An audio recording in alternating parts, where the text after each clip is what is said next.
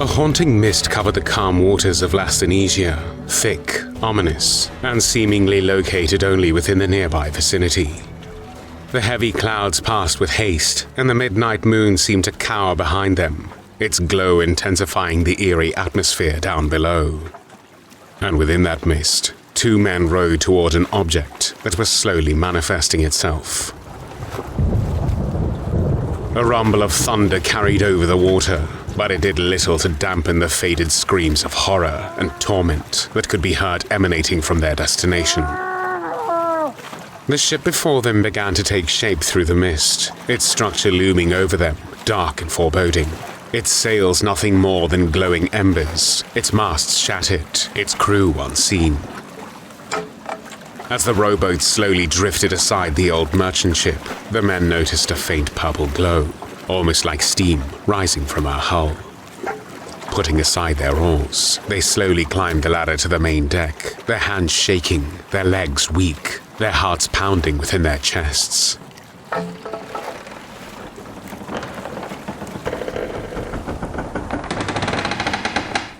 On board, the scene became increasingly disturbing, for there was not a soul to be found.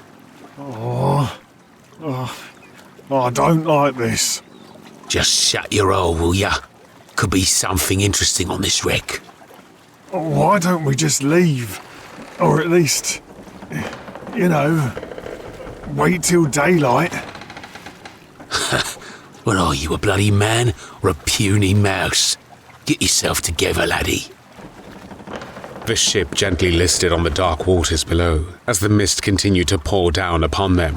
Each and every cold droplet touched their skin like needles penetrating the surface, inflicting the venom of fear into their veins.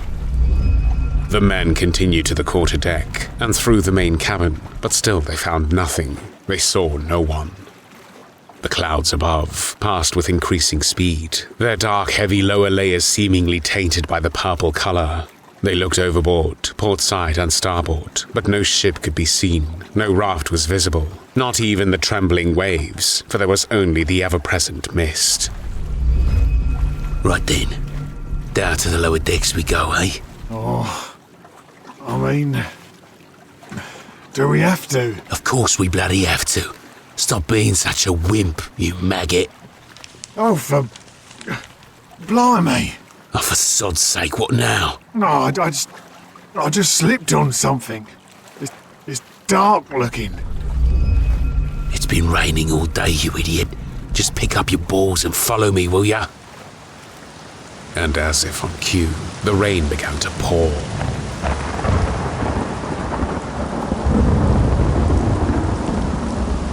The men continued down to the lower deck as a flash of lightning briefly lit their path, and in that moment, the men saw that the slippery decking was not due to rain, nor seawater. These decks were awash with spilt blood. Oh, Jesus, we gotta go. The ship listed, slightly harder this time, and an arm gently washed down the deck before knocking into the man's boot. Another flash of lightning. This time lasting longer than before, was enough to perceive the fresh pile of corpses that lay against the walls of the ship. Bodies piled one by one, flung upon each other or rammed together by the listing ship. Arms, legs, hands contorted, broken and poking out from every gap. The blood beneath them, the blood that now covered the entire deck, was thicker, darker. Its scent filled the air with putrid iron. Fucking hell, you're right. We gotta go, matey. We gotta go. But as they turned, fear captured their bodies, and they froze to their very core at the sight before them now. Time seemed to stand still as they were confronted by an old man that blocked their path. He wore an old and tattered black cape and held a short sword high as he pointed it toward them. The blade appeared blackened with strange carvings down its side, each carving glowing a dull purple. The man opened his eyes, and they too shone with the same vibrant color. A faint steam of a similar hue appeared to lift from his body. Oh, you should not have come here. No. You see, now I must remove your souls. Yes. From the list of the living. Listen, yeah, we just... But before the man could continue, the necromancer lifted his blade in a swift arc and sliced the man's throat clean open. Fresh blood dropped to the floor and mingled with the old as the man gurgled and fell to his knees, and eventually toppled over. His last breath, a faint whisper of air that left his open wound. Now the second man reached for his own cutlass, trembling fingers wrapped clumsily around the hilt. He stepped backward, wildly swinging at his opponent, and in his attempts, he cut clean a trinket from the necromancer's necklace. The man backed off as the trinket fell to the floor, unable to catch his breath, his heart racing, his vision blurred. The necromancer began to laugh as he approached his next victim, his short sword ready for more blood. The man backed up, deeper into the ship's lower levels, deeper into the darkness, and even closer to the pile of corpses. Around him now, the unnatural sounds of reanimation began to emerge, dead limbs and fingers moving.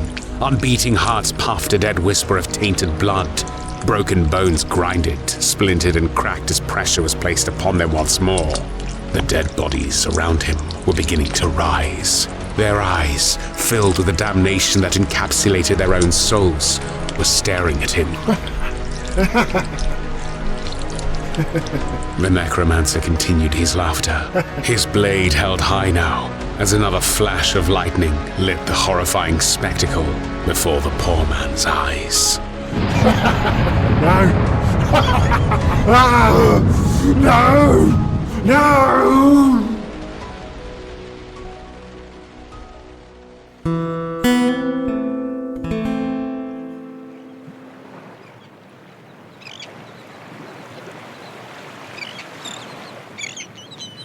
The island of Acilia bathed in the glorious tropical heat of the midday sun. Its luscious green central mountain held a dense jungle that descended upon several small towns that lined the white sand beaches around the island. And within the largest of those towns lay the harbour port of Dudley. The port was relatively busy for its size, and adding to that busyness were its recent visitors, fresh from the boat after a very, very long and tiresome journey from the distant far eastern land of Pazna. Oh, bloody hell, my brew. It's too damn hot here, said Krumpet, the muscular dwarf wiping the sweat from his forehead and ran it through his golden mohawk. Pazrael laughed. His all-black outfit was not helping to ward off the sun's heat either. You know, I don't think we've been anywhere together where you haven't moaned about the weather. Nah, brew, that's not true, eh? There was, The desert? Ah, that was too hot. The jungle? Yeah, that was also very hot. The Sedna mountain range? Ah, no, that was way too cold, my brew. We almost froze to death. Any crossing on any ship? Nah, that's not the weather, eh? I get seasick, you know that. The haven of Qatar? Yeah, it rained a lot there, didn't it? The only place I don't recall you moaning about was Bartor, as strange as that may seem. I was too bloody scared to complain, that's why. Hey, what about Pazna? Oh no, come to think of it, that was quite hot too, eh? Yeah. So whereabouts wouldn't you moan, exactly? Hey, I'm a dwarf, my brew. I lived underground, eh? The weather there is just fine for me. You know, Krumpet, you just gotta have fun, you know? Make the most of every day.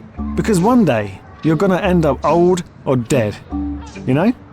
Take pleasure in the elements, that's what I say. If it's windy, feel the breeze running through your hair, yeah? If it's raining, enjoy the... Oh, yeah, my brew. And as the two hunters bickered, they made their way through the town of Port Dudley, the locals offering strange looks at these mysterious foreigners, for they were an odd pairing indeed. Krumpet did little to hide his battle axe and shield, and Pazrael, as always, held his bow and scythe close to hand. The tropical sun continued to beat down upon them, and the ever-so-pleasant breeze did little to cool their bodies. They were in need of a place to stay, but more than that, they were in need of refreshments. The crossing from Pazna had taken many months, and the pull of the local tavern was too much for Krumpet to bear. Oh, yeah. Aha. Let's pop in there, Paz. We should find some place to rest first. I mean, we don't know if Yeah, that's great and all, but just one drink, eh? Just one, my brew.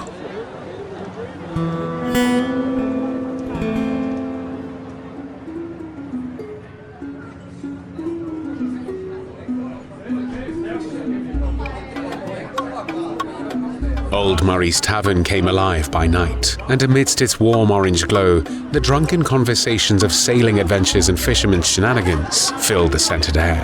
Alcohol, candles, tobacco smoke, and the slightly pungent odor of men and cheap perfumes wafted between the tables. The people were jolly, and the drinks flowed freely, all under the watchful eye of Old Murray's skull that hung proudly over the fireplace.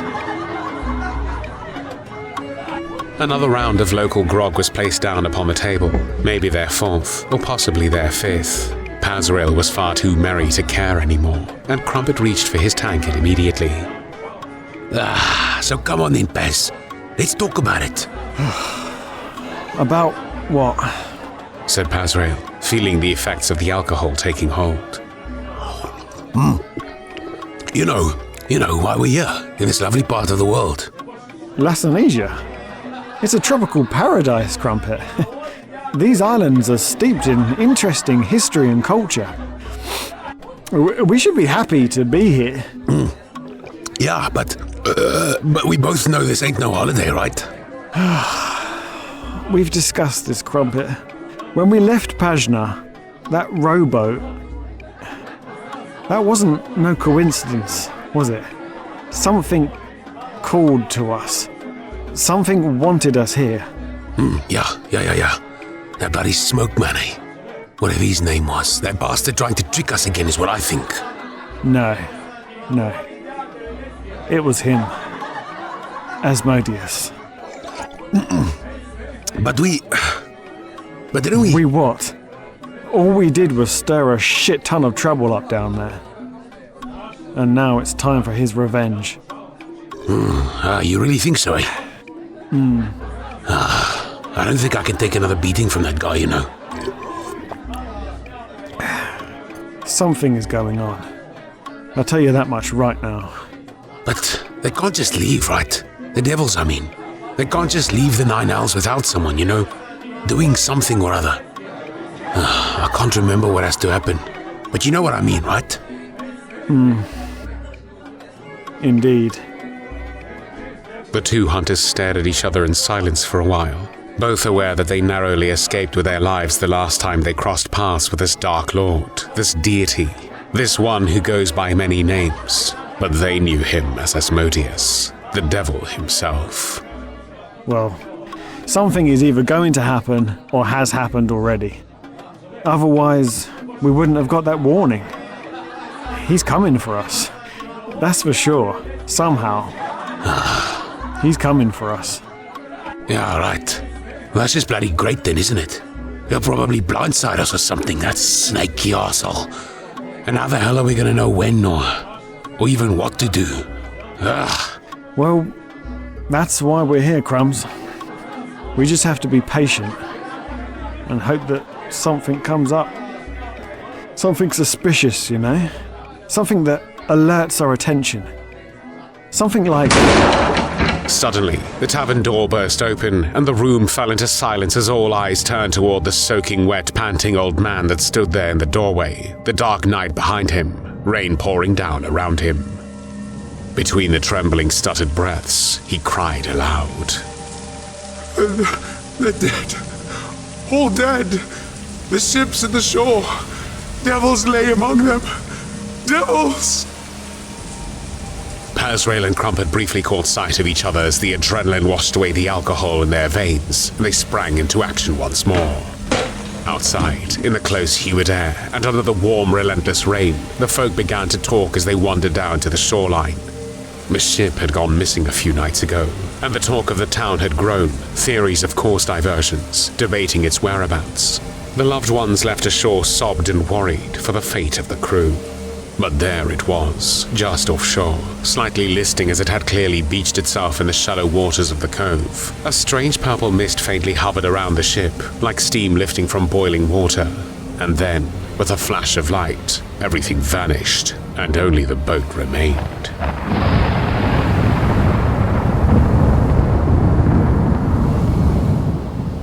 On the beach before them lay the empty rowboat used by the man that had violently burst into the tavern. Pazrael and Krumpet shared another glance before making their way toward it. Well, I told you something would come up, didn't I? Yeah, but did you though? Looks like we're diving right into the deep end with this one, Krumpet. Yeah, my bro. No rest for the wicked, eh? Let's bloody do this. I hope you like sewerage, Krumpet, because we're about to get knee-deep in shit. Nah, my bro. You can't just end it like that. That just sounds weird. Right, okay. Well, I hope you bought your bait, because we're about to go fishing. Nah, my bro. That's even worse. Oh, for God's sakes, Krumpet. Well, what about, I hope you like breaking the fourth wall, because shit's about to get real. Yeah, I guess that one will do, eh?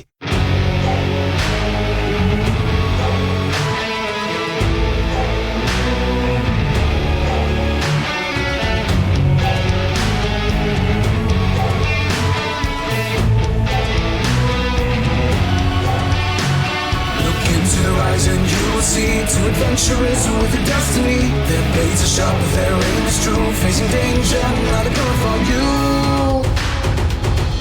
Altered state adventures. Altered state adventures.